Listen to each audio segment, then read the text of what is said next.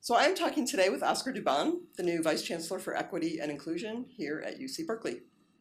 Hi, Oscar. Good morning. Thank you for sitting down with me today to help our campus get to know you a little better. I'm delighted. Can we start with a quick synopsis of your career path and how long you've been at the University of California?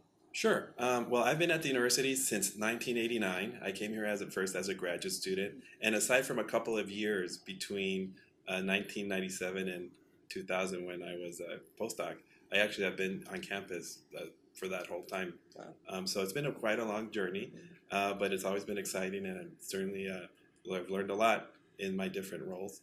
I started here, as I mentioned, as a graduate student, and then in 2000, I came back here as a faculty member, and have been here since then in the Department of Material Science and Engineering. In terms of my career path, I really didn't know I wanted to do research and become a faculty member really until I became an undergraduate and I experienced research, and that really it's something that really resonated with me, and I just found one step at a time different ways to continue my interest in research. When I came here as a faculty member, I thought that that's what it would continue being, in addition to teaching and performing research. Though I found that service has, although it has been really a big part for me in my whole life, I found that being a faculty member is a wonderful way to also exercise that passion. In a not a planned way, I suddenly became moved into leadership positions and found that it was an amazingly powerful way to be able to serve communities on campus and really meet the mission of what a public institution should be. I've been part of the University of California since I was 17 years old, first at UCLA, Oh, wow. which is where I'm from Los Angeles. So aside from 2 years, I've been at the University of California since I was 17. And so, once I became a professor, and then I went through the tenure process, I was fortunate to have opportunities to move into leadership. And I found it was just a wonderful way to serve students first, I would say, but certainly also faculty and staff. And so I became Associate Dean for Equity and Inclusion in 2012. For the College of Engineering. For the College of Engineering, yes, thank you. And then for about 2.5 years ago, I also became Associate Dean for Student Affairs and had those two roles until my appointment began here as a Vice Chancellor for Equity and Inclusion. Okay. And it's been a wonderful way to express my passion for service and to make sure that we find ways to help each other. Nice, thank you. So Oscar, what defining moments have occurred in your life and or career, and how have they shaped you? One defining moment when I was 12 years old, I was born in Los Angeles, but actually spent a lot of time in Latin America, including Nicaragua, which is where my parents are from.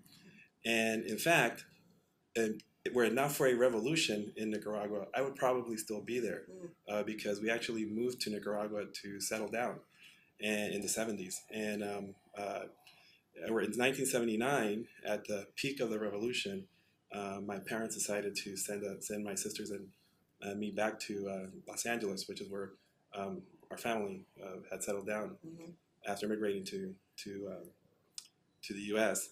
And that really changed my perspective about a lot of things. Of course, a revolution is a big deal. Sure. How relocating, leaving material things,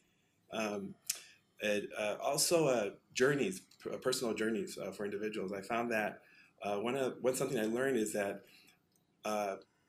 one can't count always about what one is going to do in the future. And I found individuals who had very long careers doing one thing in Nicaragua, when they relocated, they were doing something completely different, and I would say unexpected to them. And so that made me really value more the journey. So when I do something, I think a lot about not just about what the destination is, but I think about the experience of that journey and how I can make sure that I am following my values and following my goals in the journey, not just an ultimate outcome. And So does that help you stay present? it does help me really stay present and really appreciate, not think too much about what's going to happen in 20 or 30 years, because I don't know. And I tell students, when you're looking at, when I do research, I tell my students, uh, when you do an experiment, think about what do you want to get out of it now, because what if you can't do that experiment in the future for whatever reason? There could be many reasons why. And really think about what does that experiment really mean right now, and how it can help you move your agenda forward in your research. And I think in life that is the case too. And that's something that really has shaped how I see what I do in the present, and really keep always staying in the present. Thank you. As you look back, what core beliefs have guided your choices and actions? Most of us who are in public education, who are in leadership positions, I think we all have a real a sense of that service is very important.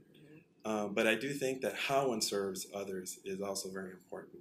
And one of my real important beliefs is trust. I really feel that service, what we do at the university, is about building relationships, and really relationships towards certain ends, whether it's producing new knowledge, whether it's teaching students, whether it's promoting an inclusive, welcoming campus. It's about building relationships. And to me, one of the core principles of a relationship is trust. So when I approach a relationship that I seek to build, I always begin from a point of trust rather than distrust. I think that's something that really guides me and keeps me grounded about what I value. And trust, for one to have trust, then one has to have integrity, have accountability, mutual. Also have some significant level of transparency, and also an ability or a real commitment to listening and to being empathetic.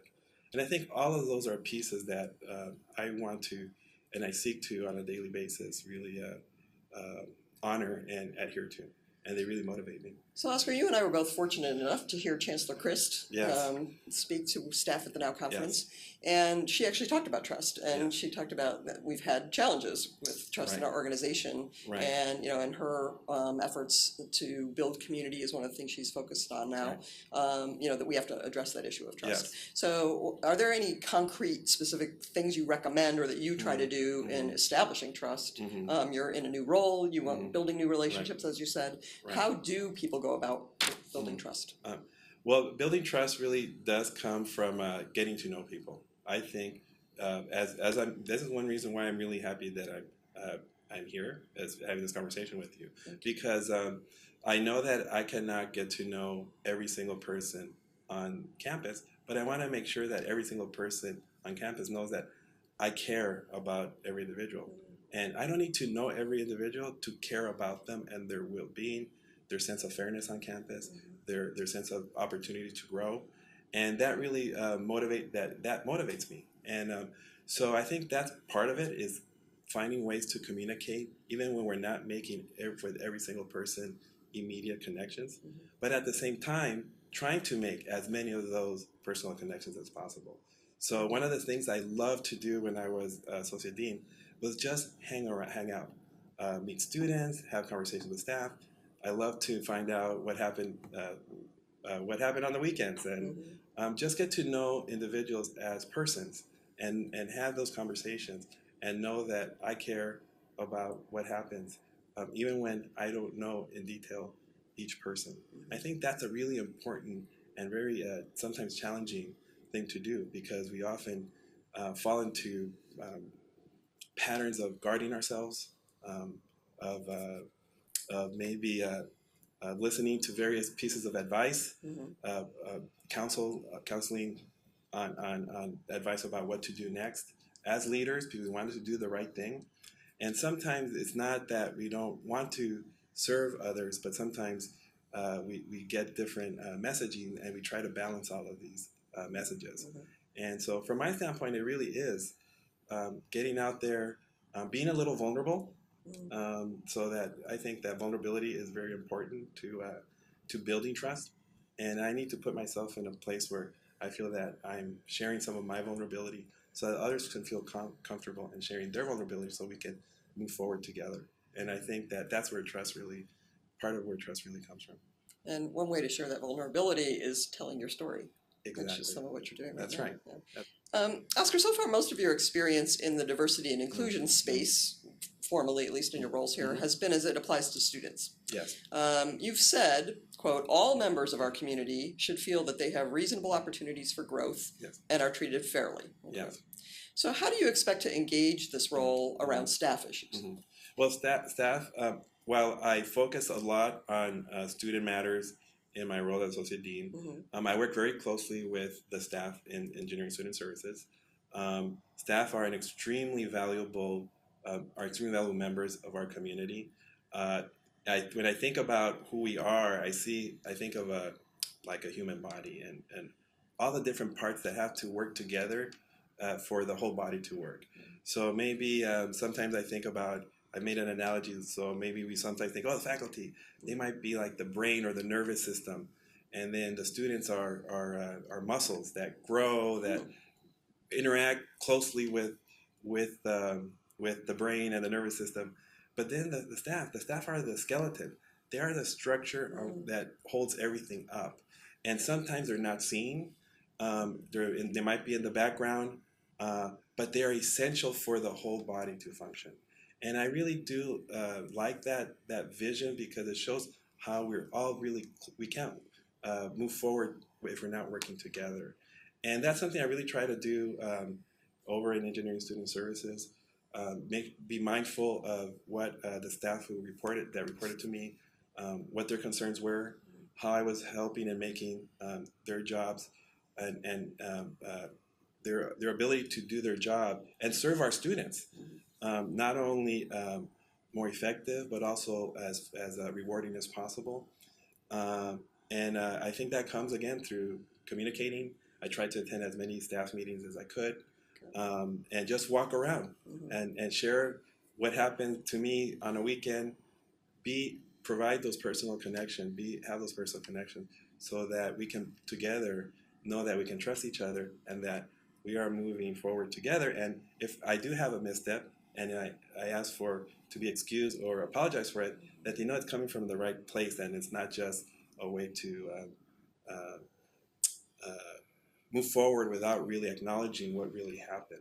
I think that's what trust does. It really helps move forward, giving the benefit of the doubt, so that we can really say, no, we are coming from the right place to tackle this problem as faculty, as staff, to serve our students. That's what I see both communities doing, faculty and staff, is serving our students and engaging our students so that we can meet the mission of our campus, our university. So do you have any particular plans in your new role to reach out to staff in any particular ways you want to do that, or make yourself available to hear from staff? Yes, I am. First and foremost, staff development is something that is very important. The campus structure is not your typical structure, and so how do we help staff find ways to be able to find opportunities, maybe in what I would say non-typical way if you look at other organizations? I think that's something important, and having those conversations with staff is something that's very important to me. I probably have engaged staff more now so far than I have students. It is probably because it's during the summer, but I do know that our staff community, they're doing so much of the critical work. I think of, say, Golden Bear orientation.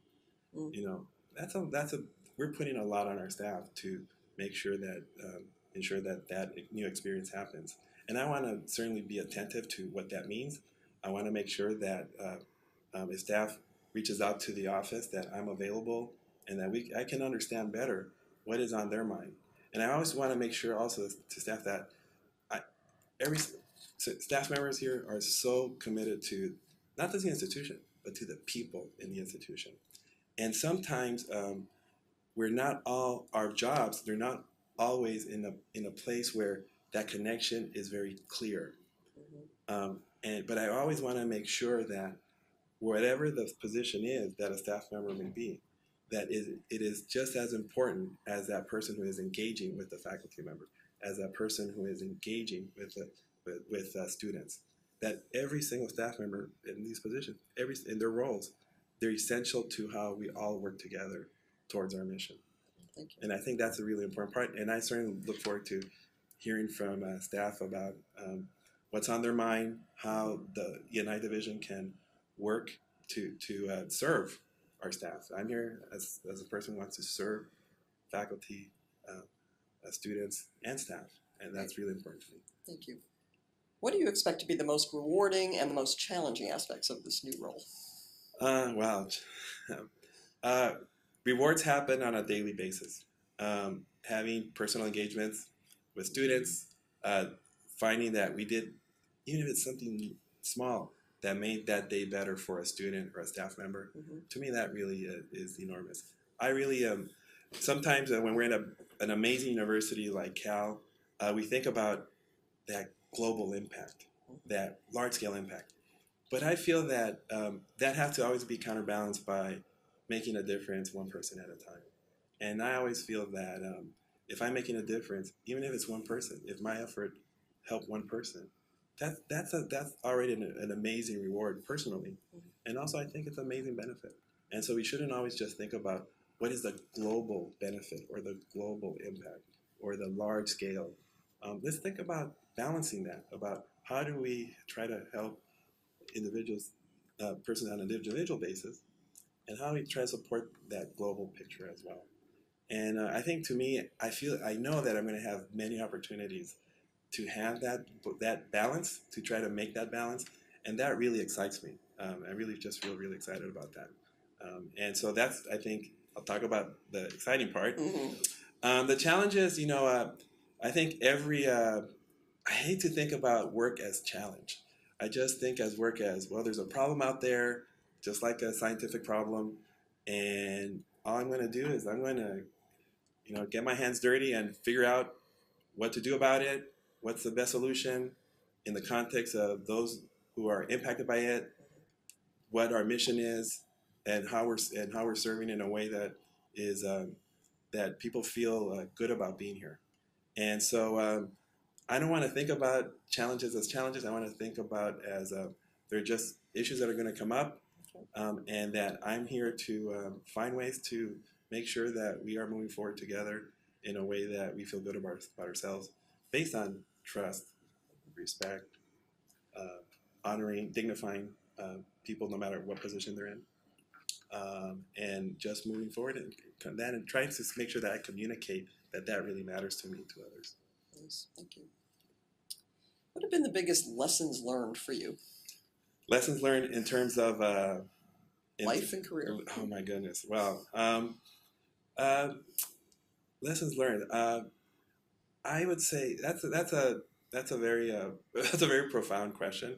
I've been around for a while. I'm 50 years old. I turned 50 last December.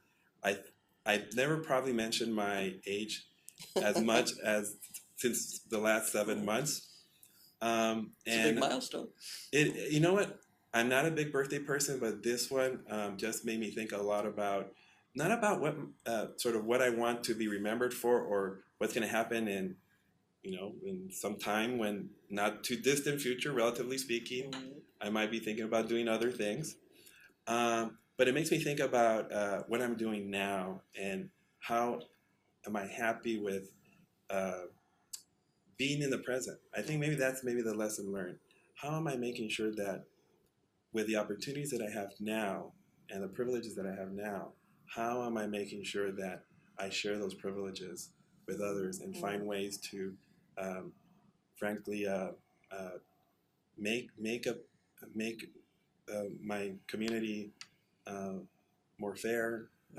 People feel that they want to be a part of it, and that there are opportunities for regardless of identity, and also maybe understanding that I thought a lot about identity and about how helping all members of our community understand that your strength comes from your identity, and so how do we make sure that our environment, our structures that are in place honor that strength, an individual's strength, an individual's talent really comes from their identity. It informs what actions they take.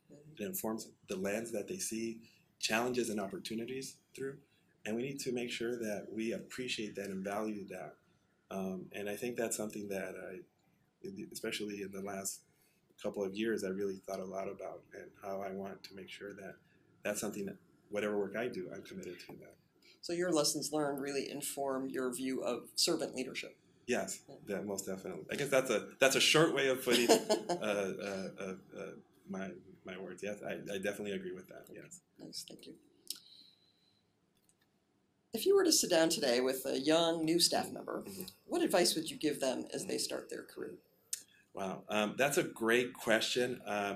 I'll say I haven't had many jobs, so I think this has been, I've been here for so long, and this was really the first permanent job I've had as a faculty member. But one thing that I have learned in general, and I think it does also really apply to entering any staff position, is always not being afraid to get out of your comfort zone.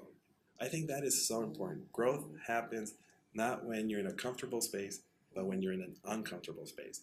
And I think that when one starts a new job, there will be many situations where one may not feel comfortable. And I think appreciating that, understanding that it's okay to feel uncomfortable, and that one shouldn't let that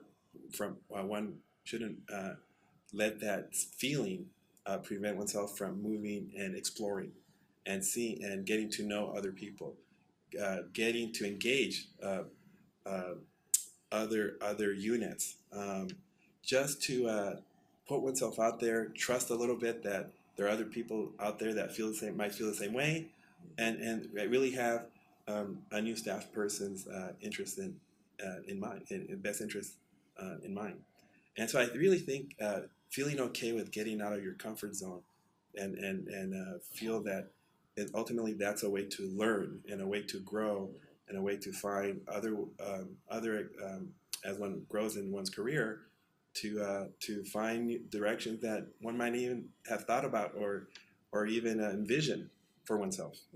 And so I think, to me, that's a really important piece, and that's something I try to practice. It's sometimes I'm not comfortable with, but I know that when I can get out of my comfort zone, it's when I feel I grow personally, and I make opportunities for myself. That's great advice. So one last question. Yes. Oscar, what are you most grateful for? Oh my goodness. I am most grateful to my family. I'm very close to my family. It's something that I try to share at work about how close it is. It's really, to me, it's my first and most important responsibility. And I think it goes back to making a difference, but doesn't have to make a global difference. I think if I'm a good father, good husband, good son, I think that already makes a big difference, and that really matters a great deal to me. And that's why I'd love to give a shout out to my mom and tell her I love her. She's probably going to watch this video many, many times. And I think that really centers me, and it gives me a reference point about how I need to go and treat others, engage others with that same type of how I wish to. I try to engage my family. That's really the most, to me, above anything else. Having been through a revolution, jobs can change, a lot of structures can change, but family's always there, and that's what really moves you through so many challenges. I'm sure your mom is very proud of you. Thank you. Is there anything else you'd like to share with our Wisdom Cafe audience? I just want to thank you for the opportunity, and really say again that even if, please, if I'm walking around, introduce yourself. If I've met you before and I don't remember your name, I'm going to ask you. I'm sorry, I don't remember your name, but I really want to reintroduce myself and introduce each other. I want to make sure that you feel that I am here to serve you. I am here to see how I can make UC Berkeley a wonderful place, not just for students and faculty, but for staff as well, at the same level, because we're all working together here and we're all sharing in this community, and it's important to find ways that we see each other in that way. Oscar, thank you so much for making the time to talk with us today. I'm very grateful. Thank you very much. Thank you.